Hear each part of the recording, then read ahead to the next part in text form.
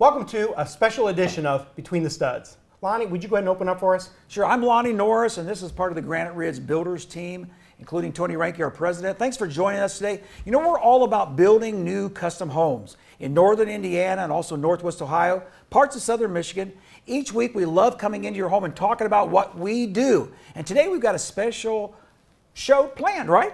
We really do. This is going to be special for all of us, including us. We're over here at our what we call Imaginarium, and we're all about education. You can see we call ourselves the Granite Ridge University. Well, we've had a tremendous response about talking about the processes of new construction and even for existing homes. Plumbing has been a really, really important subject. We've had so much content. So what we're going to do today is we're going to combine a couple of our things that we've talked about in the past with some new things to give you a little more in-depth look at plumbing. In fact, it is probably one of the most underappreciated events. How do we get from bad water, which a lot of countries have? We are so blessed in the United States to have good, clean water. We have pure water. I'm going to talk a little bit about that too. Before we do you guys have any really fun facts about plumbing that we could share with our audience? Well, I love the history of plumbing. Goes all the way back to 2500 BC in ancient Egypt.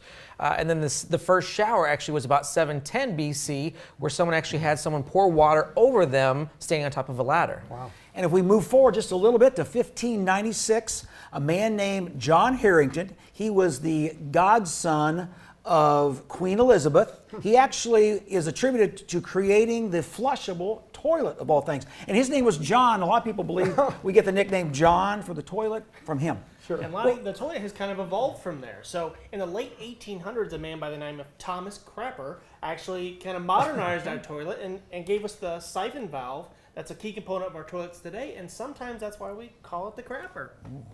All right, so quick vote here. Do you call it the John or the Crapper?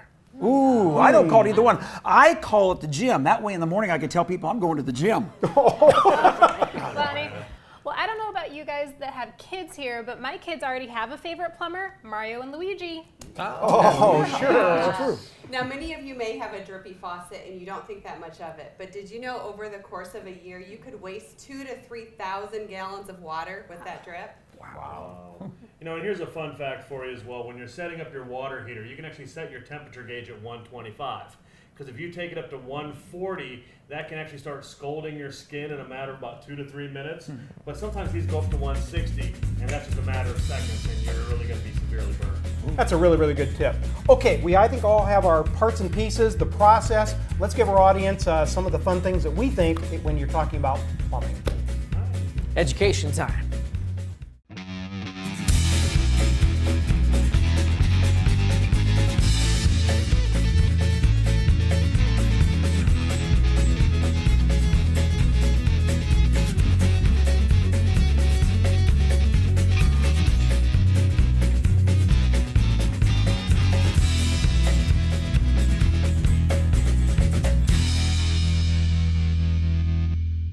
JR, the subject is plumbing. It's a big subject to discuss today. It is, Lonnie. These next couple of segments, we're going to talk about and focus on how water gets from the street into the house, so clean water. We're also going to talk about how we eliminate wastewater from the house. You're right, and how things have evolved. Yeah, so we're also going to talk about not just where the water comes from, but we're going to talk about the products that we use. Right.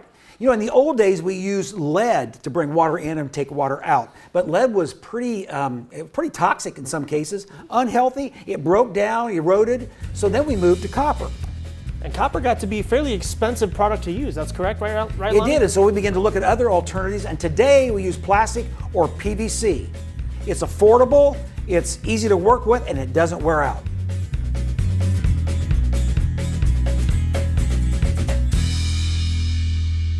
Again, we're out here at Forest Boxwood in the new Villa community, and it's a brand new subdivision where a lot of infrastructure has taken place. We're talking about major water, major sewer extension, natural gas, and electric, all to service these lots. You're right. And we got a few of those that we can identify behind us here. We do. Yeah. Let's take a look. Yeah, so let's start maybe far back there. You see that green and blue pipe? That's actually the main water line that's running through all of these new lots. And typically, blue means water and green means sewer, correct? Yep, you're as far correct. As markings go? Yep. And then right behind you, Lonnie, is actually the sanitary sewer line. That's the main line that runs throughout this subdivision again. And there's green PVC pipes that are stuck up. That's where all of the taps are for all these individual houses that we're going to be building. And typically, that's a manhole, and I think every 400 or 500 feet there will be a manhole. We don't really govern that, or we don't have control over that. So manholes are what they are. You're right. Yep. And there's a couple other things to identify. Now over here to my left, that's our water hookup. So that's the actual tap that we can hook up to that runs back to that blue and green pipe. All right. Wow. There's just a lot of things on a lot that have to be engineered and laid out. We're talking about cable on top of that,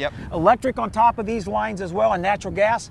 A lot of things to think about when you lay out these lots. Right, before the houses even get started, we have all of this to think about. Now, what about irrigation, Lonnie? I heard there's going to be irrigation out here. You're right. A lot of times we have to increase the tap and the line and so on, but in this case, we're going to pull from the lake back there. The lake. So all of these lots are going to be irrigated through that lake, which is a huge bonus. It's not going to be long. We're going to be standing on really lush green grass. Yep. Can't wait.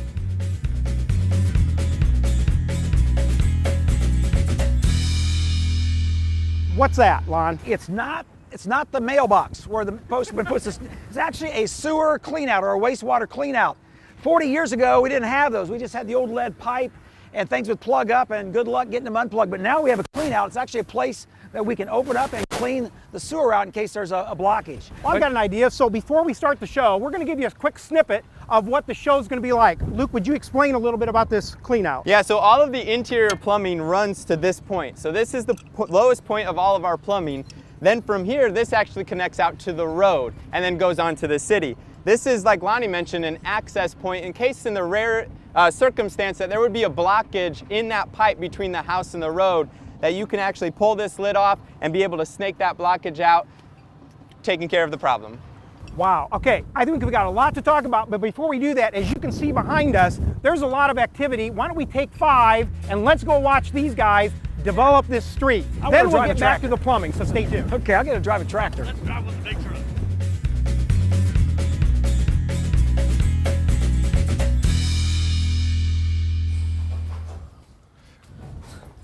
Tony, what are you working on, man? I'm trenching the line from the house out to the street. Based on this, you've been here for about, what, 3 days or so? 2.5.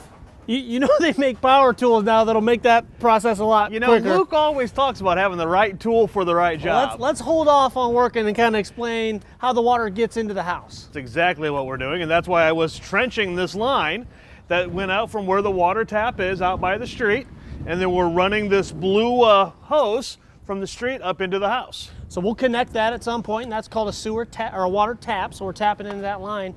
What's the small blue line wrapped around that pipe? That's called a tracer wire. Okay. You know, if you're not careful out there and you're doing things, you could do some landscaping or something and you can actually hit your water line. You know, they always talk about call before you dig. What they're doing is they're going to come out here and that tracer wire is going to let them know where the wire is. They can flag it. That way you don't end up cutting your water supply to the house. Yeah, because now that we're using that PEX tubing, as Luke mentioned, you can't just come with a metal detector and track that line like you used to be able to do. That's exactly right. So now we're just going to take that into the house. It'll go into the central hub there, and it'll take it all throughout the house. Okay. Well, I tell you what, you can either keep working on that or I can go find you the right tool. You tell me. I think you can go find me the tool. All right, let's go work on that.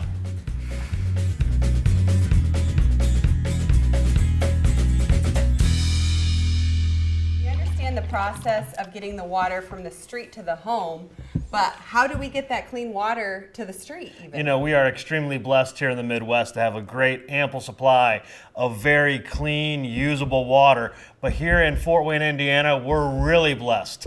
Let's go show them why. Once more? Please. Okay, guess what? It's his clean and clear. Thank you.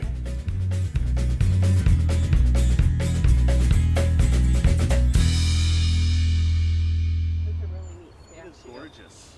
It is beautiful. You know, Tony told us to bring these empty glasses for some reason. He sure did, and we're standing in a location where I bet most of you have no idea where we are right now. Probably not, but there's some great clues that you see right behind us here. We have the statue of the clergyman, and also we have this huge tower that's behind us. We're actually in downtown Fort Wayne, and we're standing at the confluence of the 3 rivers. So we're here at the Maumee, the St. Joseph, and the St. Mary's. Well, if they haven't guessed by now, hopefully that tower behind us will help, but you said 3 rivers. I've got my sample case. I'm going to go down to the river. I'm going to get some water. We're going to show an amazing transformation. Why don't you describe a little bit more about what we got over here? We definitely do that. You know, we are at a beautiful place here at the Fort Wayne Water Filtration Plant. We're sitting on over 25 acres of land. And this is very important to our city. So not only is water important, but it's actually an architectural gem here. Like you said, we have 25 acres of land. We're here off of Spy Run, right across from what maybe most people would remember, the old fort. That's where we're standing. Yeah, we have 2.3 acres under roof here with the water filtration plant. Originally started off about 1.3, but the big thing that I like about this area is the statue and this clergyman that we have behind us. The clergyman is actually a representative of all the different clergymen who came through the area, but it's a representation of the first one who came through, and that is Joseph Pierre de Ponecamps, and he is the first one to come through and bless the river, because the rivers back in those times were extremely important, because that's where the old fort was, that's where the fur trade was, that's really where all the transportation was. Look at all this architecture. I think we need to run off, find Tony, see if he got that water. I think Tony will ready. find us. Let's go.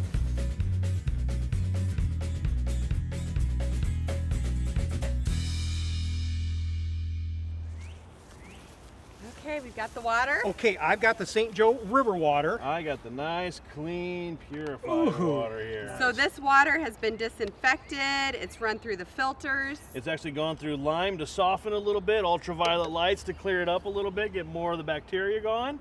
Okay, so here's our question for the audience. Now, how do we get, and let me pour this for Tony. Oh, I'm sorry. Oh my goodness. I did that on purpose.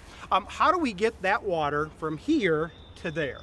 Well, actually, this water, like I mentioned earlier, the plant sits under 2.3 acres. It's actually run through a mile of processing to look like this. Wow. You know, it's fascinating when it's going through this, because in this area, we actually go through a lot of water, and this water filtration plant can handle 72 million gallons of water per day. Wow. We're really blessed in our area with water. The average person uses about 101 gallons of water a day, which is a lot of water. Now, what they produce here, we actually only use 1/3 of that. So Fort Wayne has a lot of extra capacity, so we're really set for the future. And what they produce, just to put it in perspective, every day they could fill over 3,200 swimming pools. And that's what they filter. You know, this is a beautiful building. The original part of it was 1.3 acres under roof at a cost of $2.5 million. Yeah, and let me kind of put that in perspective a little bit. It was a $2.5 million bond. They were going to pay it back in 25 years with the water fees. And this actually gave them an opportunity to do something that I think is pretty special. That $2.5 million, the choice was to make it a water factory, just a plain old factory like most people do, or they could produce one of the nation's premier architectural gems. They made that decision once they found out the cost. The cost was about $50,000 more. 2% is all it cost them to do that. And luckily, we've got something that I'd like to describe to you, an architectural gem. This is actually a collegiate Gothic style. As you can look behind me, you've got the tower that is amazing. That's a Gothic tower. And up at the top, you've got some parapets that look over lanceolate arches. Also, if you look over here, do you see what we used to call engaged columns? It protrudes out a little bit. That's called a buttress. It's actually a retaining wall, a stone buttress. Now at the top of each one of these stone buttresses, all the way around, they put carvings in it. And I don't know about you, but we've been walking around this building in amazement.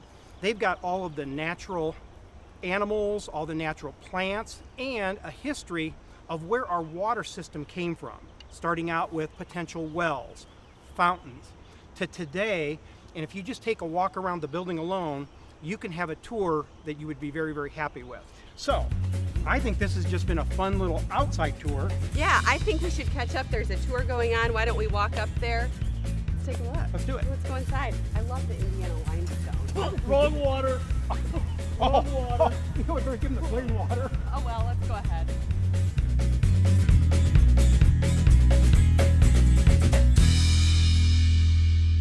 So now we've got the water coming into the home, but there's still a lot going on underneath this slab. You know, this is really the point where they're actually going to be running the water lines and showing you where all the rooms are going to end up being in the long run.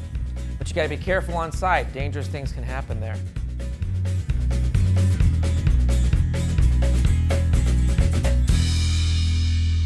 We've got I know you've told us that this is the underground plumbing phase here. Tell us exactly what can we see right now? Yeah, so this house is, we got it all formed and filled is what we call it. So the footer's in place, we got our form boards up that's gonna show you where the top of the slab is, and then we got all of our exterior insulation in place. And that's when the plumbers come in and they start running their pipes.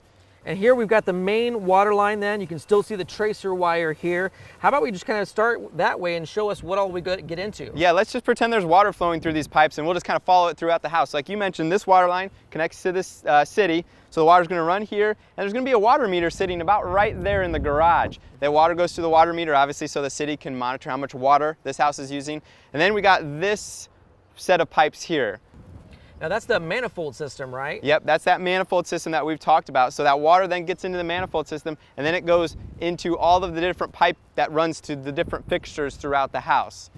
And the manifold system is really helpful too, because of course we can turn water on or off and make sure that if you're doing any maintenance or anything like that, you can take care of that. Yeah, now as we follow that water throughout the house, you can see in the background there's several areas where you see pipes sticking up. You see PVC pipes as well as some red and blue pipes, which are those PEX lines.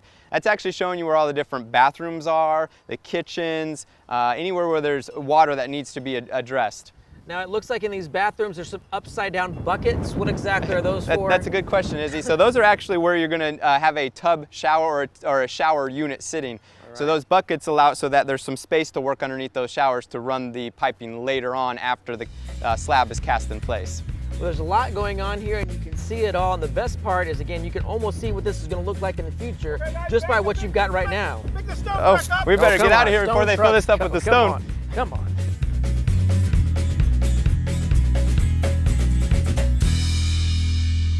Tony, I am still pretty sure you must have been the one driving that stone truck and throwing it everywhere. Izzy, I won't confirm or deny anything about those rocks, but what I will talk about, though, is now that we've got that concrete slab poured, we have a lot of the water and plumbing pipes coming up through, and we can really tell where in the house everything is, including that water manna block.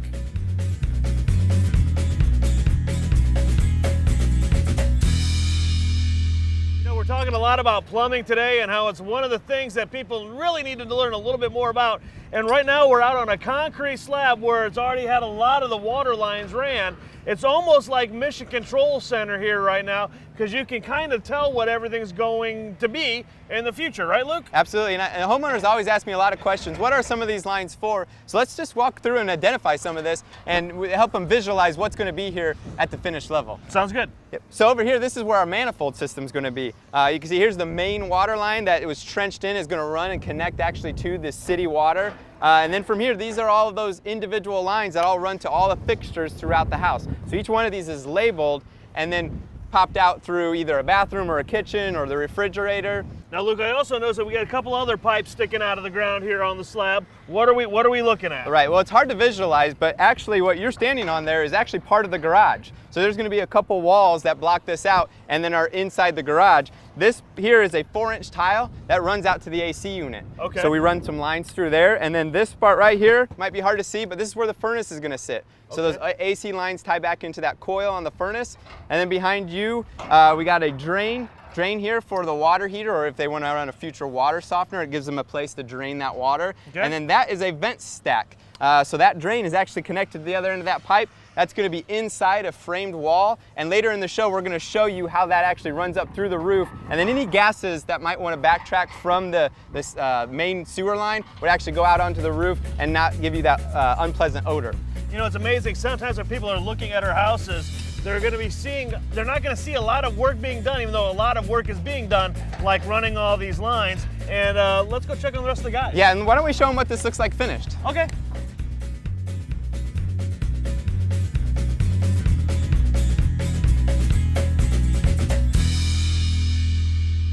So now that the house is framed, you see all these water lines up into the house between the studs. Between the studs, I see what you did there. So yeah, we're going to take those lines and run them into our manifold system, and that's going to show how these lines get distributed through the rest of the house.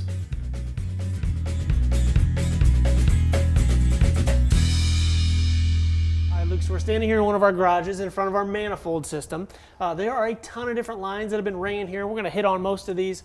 Tony Depker in a previous segment talked about the blue pipe there by your foot. Why don't you recap what that one is for us? Right, so this is the main water line coming into the garage here from the tap out by the curb, which is how we get water from the city. And here's that blue tracer wire that you mentioned before. Now we're missing a couple parts and pieces here. We're not all the way finished yet, right? Right, so at a later date when we get a little further down the construction process, there's actually going to be the water meter that sits right here and then ties into this pipe here, which then goes into our manifold system. And then once we go into that manifold, there's going to be a cold line and a hot line running into that manifold, correct? Correct. So as you can see here, the cold line goes straight to the manifold. The hot line tees over towards you, and then there's going to be a water heater right where you're standing. So we're going to treat that water, heat it, and then bring it back to the manifold, which would be these red lines here. And once we get into this manifold system, these are all individually ran and labeled for us, correct? Right. The best way I can explain it to individuals, because it's still fairly new, is that it's kind of like an electric panel where they have all individual circuits to all throughout the house. It does the same thing here. You can see there's labels on all of these, and it says here washer, kitchen sink. So that way you can isolate that line, and it also cuts down on how quickly that hot water reaches some of those further points of the house. Yeah, up to about 61% more efficient in some cases, That's correct? correct, yep. And I noticed on this manifold, Luke, there's a few lines that aren't labeled and don't have hoses hooked up or pipes hooked up yet. What do we got going on there? Correct. So we always leave a few extra, just like in the electric panel, we leave a few extra spots. That way, in case you do any additions or add any areas where you need water, you have a spot where you can tie into, rather than teeing into one of the lines that's already there, maybe cutting down on some of the pressure to those other areas. Luke, let's go take some time and go through a couple of these different sources throughout the house, showing where all these water lines are ran to. I like it. Let's go.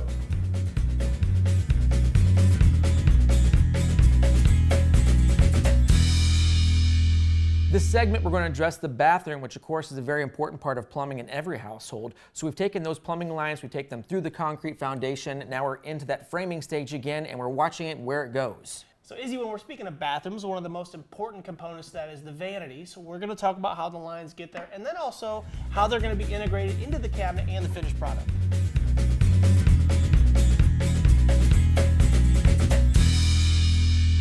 I'm here in the main bath of this house, and there's several things coming up through the concrete that we want to reference here. I'm going to start the furthest point there. You're going to see kind of an octagonal hole. That's actually just a heat run, so it's nothing to do with plumbing, but we get that question a lot. So that would be one of those toe kick register heat runs that's going to be under the vanity here. Then you got your hot and your cold line that's going to supply the sink. And back here, we actually have where the drain line of that sink would tie into, which would then run out to the curb. But then you have this other line running up towards the ceiling. That's actually the vent stack, and it runs up into the attic and then out through the roof. The purpose of that is so if any of the gas comes back through the sewer, it actually doesn't come into the house. It doesn't come through that drain in the sink. It actually goes up through the roof, out away, so that way no homeowners actually ever smell that. So something that happens kind of behind the scenes that I don't think a lot of people realize. And then where I'm sitting here is actually going to be a toilet. Now this line here is actually run through the concrete. That's because this is an outside wall. If it was an inside wall, we'd run it up through the wall and stub it out, but because of freezing potential, we have to run it towards the inside. So it comes up through the floor, then here's that toilet flange that Izzy and I talked about in the previous episode. Right here in the concrete, they're going to butt the floor up to it. The toilet will attach here with those two bolts that you see on the side, again with the wax ring, a nice solid seal.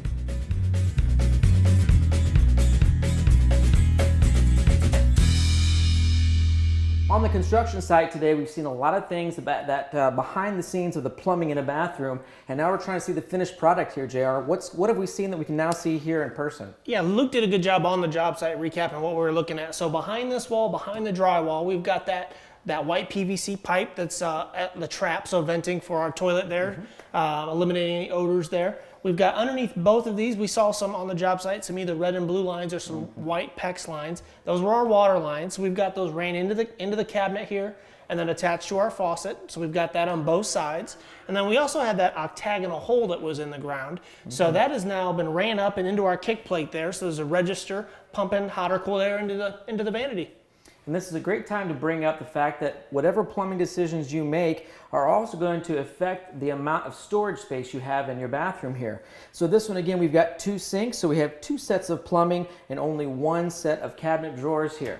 And if we were to do one sink, of course, we'd have 2 sets of cabinet drawers. It also affects the counter space up here as well. So keep in mind the amount of plumbing that you need, how much do you really need, and how much counter space are you wanting to plan for. That's why talking to an expert at Granite Ridge, laying this out ahead of time makes all the difference in the world. Come see us and we'll help you with that.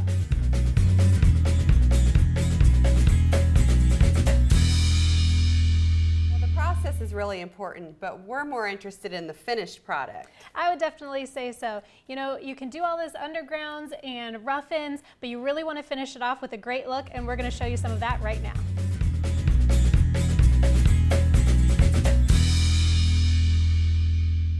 So this is the point in the decorating process where I feel like I play the 100-question game. What style of faucet? What color of faucet? Do you want it center set or widespread? Hand showers or regular shower heads? Rain cans? You can go on and on. It can be a really fun process and it can be overwhelming, but it's great to be able to be here where it's all in one showroom. Well, luckily at this stage in decorating, they've already selected a lot of other things with you, such as their door handles, so they may already know their finish, which helps narrow it down. Now, the typical home has about 2 to 4 bathrooms, so you're maybe looking at 2 to 6 different faucets to choose from for your home. Exactly, and there are so many different styles like we mentioned. You know, one thing to point out is if you have a drop-in sink, a lot of people will do a center set faucet. If you have a granite or a quartz sink, some people will do more of a widespread look. So that way you can clean in between. It's a little bit more expensive, but a much more desired look. One thing we love to talk about at Granite Ridge Builders is technology. We even have technology in our faucets. For example, we have the touch faucet. I love the touch faucets. There are so many different options when it comes to the styles of those as well. And again, we talk about there's so many different finishes. I love some of the new finishes that Delta has, like this polished one here and the champagne bronze, really coming back in the gold colors. So the one thing that people always ask is, do I have to match my finish? You absolutely don't. Your door handles can be different than your cabinet pulls, than your faucet. There's nothing wrong with mixing finishes. It actually can spice things up a little bit. That's a great tip, Kayla. The type of sink that you pick is very important when it comes to the faucet selection as well. If you have a vessel sink, you'll need something a little bit taller. Or if you have a pedestal sink like we have here, you might need something a little bit smaller that would fit the size of what you're looking for. And the sink selection is a lot of fun because there's a lot of shapes, sizes, a lot to choose from. And don't forget about all the shower heads that you have. Like I mentioned, we have rain can and handhelds. You know, if you want to do 2 faucets in a shower, then you're spending maybe $350, $450, and that's not a bad deal to have 2 options with 2 controls to really enhance your shower and your plumbing experience.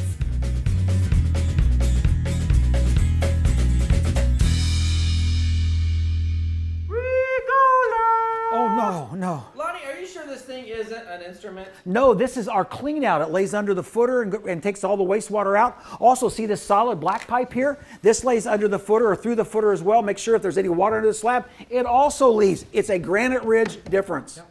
Thank you for watching. We've enjoyed making this show. We hope you found it very interesting. We love to educate you here at Granite Ridge Builders. As always, guys, we want to thank you for spending part of your day with us. If you'd like to learn a little bit more about who we are, what we do, and why we do what we do so well, please just pick up the phone, give us a call, visit the website below. Even better yet, come in the front door. We'd love to show you how to incorporate modern-day plumbing into your new home. You know, guys, we got to plan the next show. This was so good. We need to do another. Okay, let's do it. Okay. Come in just a little bit. Like this? A little bit more. I did like your voice in the beginning. You were like, Mommy, you tell me this. Yeah, I know it. It was whoa, I wasn't ready for that. Okay, all right. Lonnie, are you sure this thing isn't a clean out? No, this is... No, this is a clean out. We love to educate here at Granite Ridge Builders, and hopefully you picked up a lot of quick tips. I didn't like that at all. Quick tip. You're really I tell you what, spot on. it's going to be everything I can do not to laugh. Keep going. I'm losing. He's like, clean out.